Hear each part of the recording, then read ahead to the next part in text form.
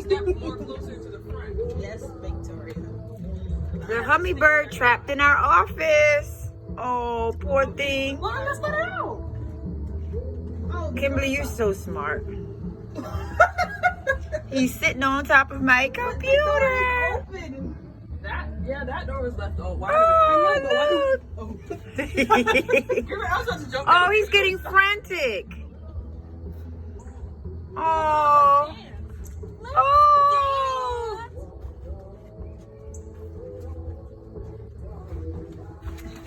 Oh, I don't want him to, wait, I don't want him to fly on my head. Oh, it's stuck behind the door. Oh no. Poor thing. Oh, little tick tick. Out around the door. Oh no, it's Confucius. Come on, you're almost there. Daddy, don't make it peck you. They don't peck. No one's ever touched a hummingbird before.